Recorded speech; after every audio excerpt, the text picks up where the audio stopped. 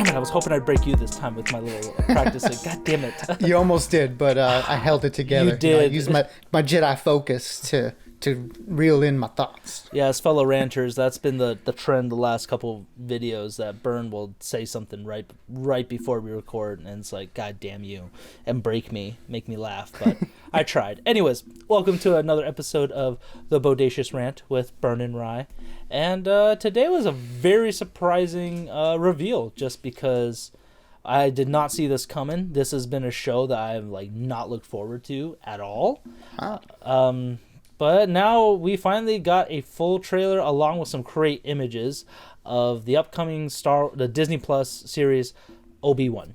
And it's wow. I think this is one of the best trailers I've seen in a while, just because, man, I wasn't excited for this show at all, and now I can't wait till May 25th, man. That was just brilliant. I mean, I'm on the opposite end of the spectrum. I mean, this has been my most anticipated Disney Plus show ever since they announced that initially the Obi-Wan the series that it is now, it was going to be a movie, and when they announced that it would instead be a Disney Plus series, I was like, oh, okay.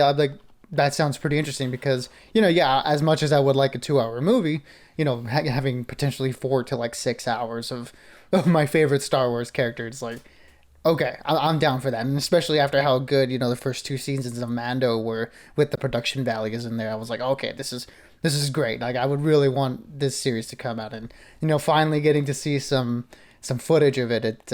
It's very much everything I'm hoping for. Yeah, the only thing I'm really keep my fingers crossed is that it doesn't become another Boba Fett. But looking back to how they did Boba Fett versus this one, the way they're doing it, I mean, I'm way more excited for this than I was for Book of Boba Fett because, yeah, the trailers weren't that great for that show, and it was just cool. I don't care. This one is wow. This is going to show a much more deep dive into what Obi-Wan did from Episode 3, Revenge of the Sith, until A New Hope, Episode 4, basically the original trilogy. And I'm digging the look, too. I like the longer hair, kind of like in Attack of the Clones.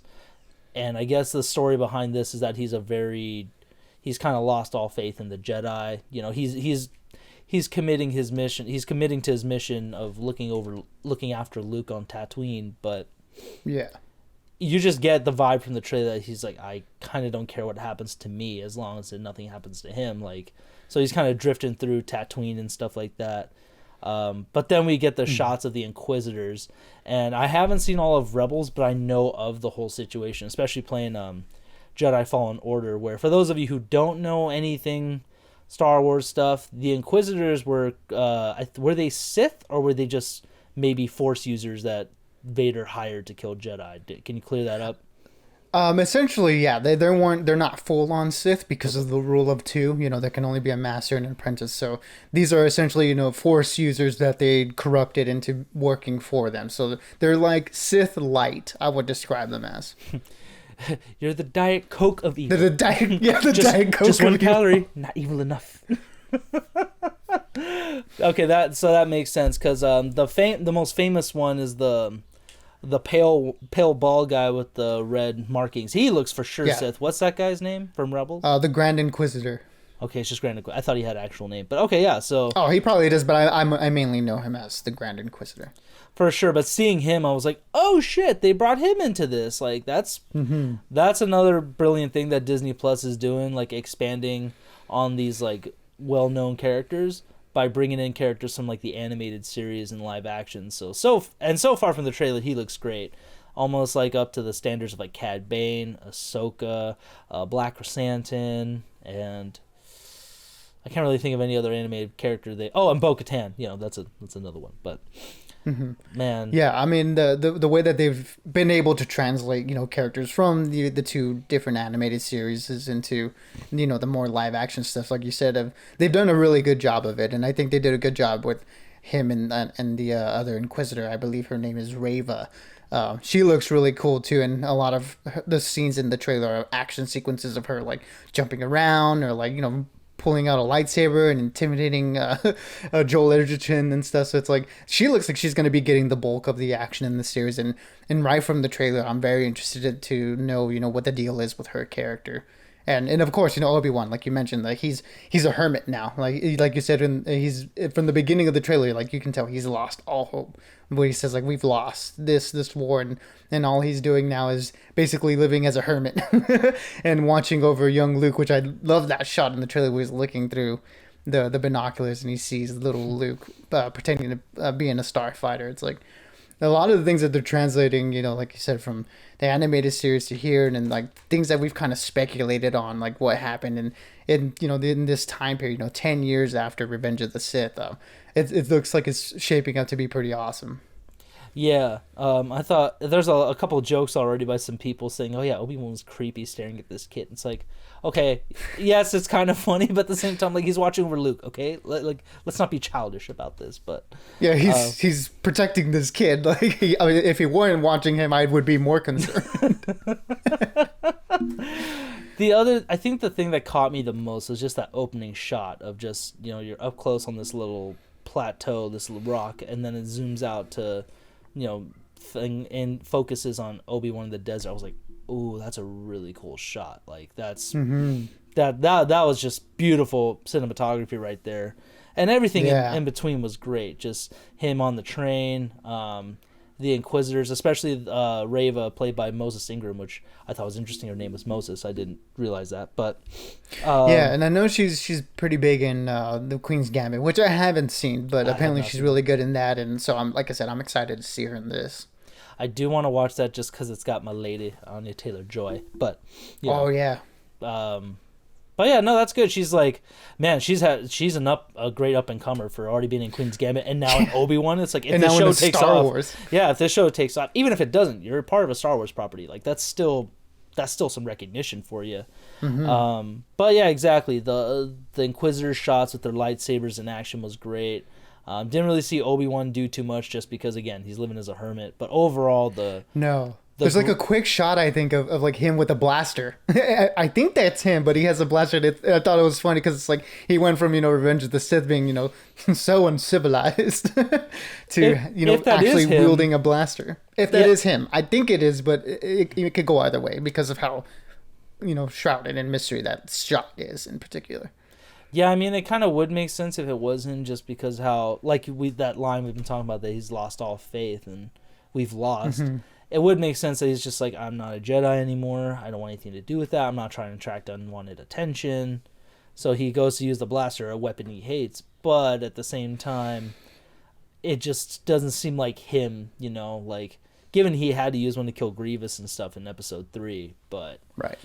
I don't know. We'll have to see what happens because that shot I was like, ooh, this is a little ambiguous. But and then because I didn't realize we were gonna have the trailer at all because I saw something while I was driving like, oh yeah, EW posted pictures of Obi-Wan, and then all of a sudden, oh yeah, the trailer just dropped. It's like, my God, it was very surprising. Usually it's like magazine stills and stuff, and then maybe like a few days or like a week later is when we get some footage. Yeah, very, very big surprise. Like I said, I can't wait for this show now because the grand scale of it looks awesome. And I love the Grand Inquisitor's words that how you catch a Jedi is patience. And they're basically just like, I wouldn't be surprised if Obi-Wan's the last Jedi they have to get. So they're just trying to find out where he's at and then doing everything they can by like torturing civilians or causing all kinds of destruction just to kind of draw him out. So...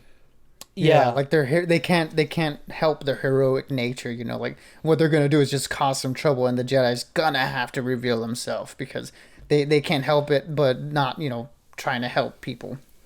Yeah, and if this show does do well, I would personally love to see them recreate Darth Maul's fight with him in Rebels. Even though it was like a second long, but I wouldn't mind if they extended that, like where it's actually more of a fight and Darth Maul is a little bit. He's still got it, but Obi-Wan is kind of... I don't know. That's just what I would personally want to see.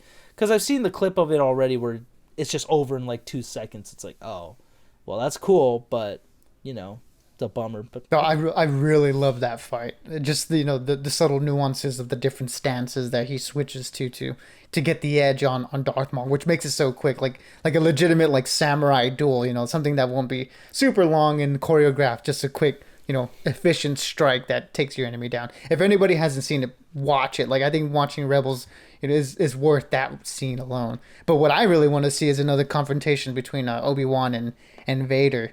And I'm very curious to see if that happens because we know Hayden Christensen is coming back to reprise his role, and we do hear the voice. I mean, the voice, the breathing of Darth Vader at the end of the trailer. So I'm like, at least we got to see a confrontation between Vader and Obi-Wan, or maybe some flashbacks to Clone Wars era Obi-Wan and Anakin. I think that would be really cool.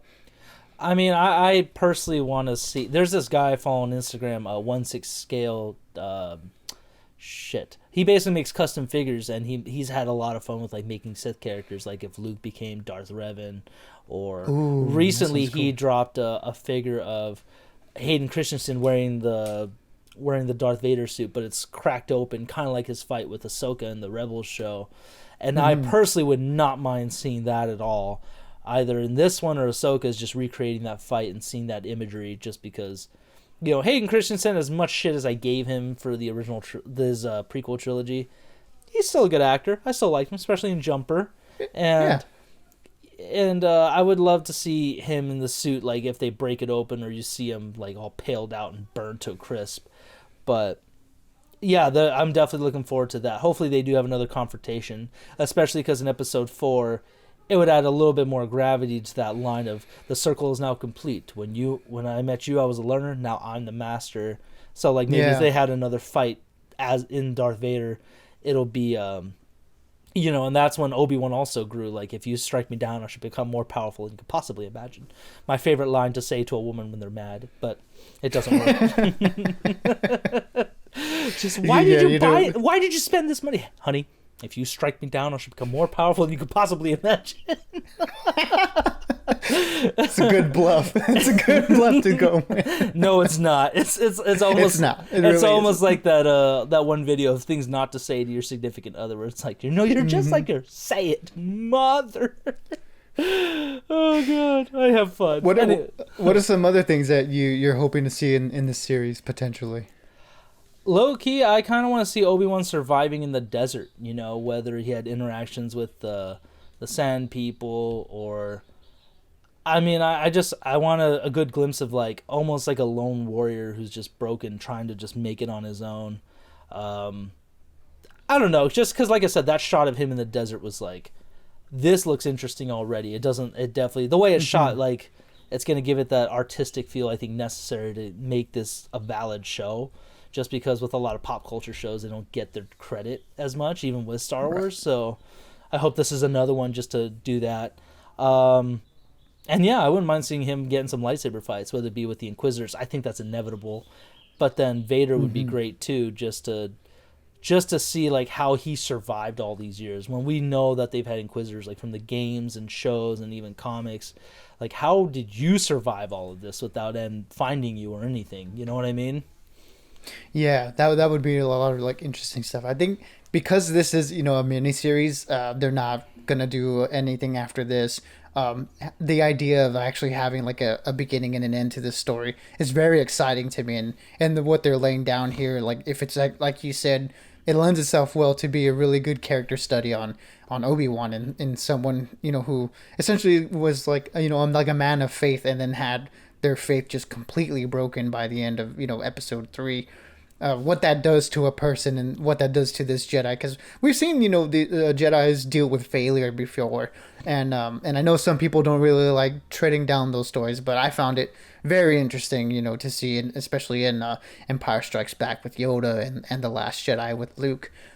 It's something that I'm very interested in seeing for Obi-Wan. Like that last shot of the trailer where he's looking down at something and he looks off to the distance. I think it's like I think it's him looking at his lightsaber, something that he's put away for so long, and accepting the fact that he has to become the person that he used to be to do whatever it is in the show, protecting somebody, like Luke, or going off on a different adventure. Just the idea of you have to like come to terms with the failures of your past. It's like that's something that's super cool to me. Yeah, and honestly, it's just great seeing Ewan McGregor as Obi-Wan again. Oh yeah, Because he for was sure. definitely one of the best parts of the original, of the, not originals, but the prequel trilogy. And yeah, like I said, I can't wait for this, man. I'm looking forward to the action of this show. The visuals look fantastic because it's all directed by Deborah Chow or just a few episodes. Like, Yeah, is she the showrunner? Deborah Chow is essentially the showrunner. She's directing all the episodes. Joby Harold is writing all the episodes. If people might know him from John Wick and Army of the Dead, so he's really good and stuff. So yeah, that creative team is doing all 6 episodes. I believe it's 6 episodes. So yeah, there won't be a lot of up and downs like we had with Boba Fett, where it was just like one good one and then a bad one and a good one and a bad one. It's like this one should be a little bit more consistent. Hopefully, at least, yeah. We can only hope, man. If they mess this up, it's like, wow. So you guys can't write anything that's not Mandalorian. Like, good for you guys. Not really. Like, Can I just say that? Oh, sorry. Go ahead. No, you go ahead, Bird. Go ahead.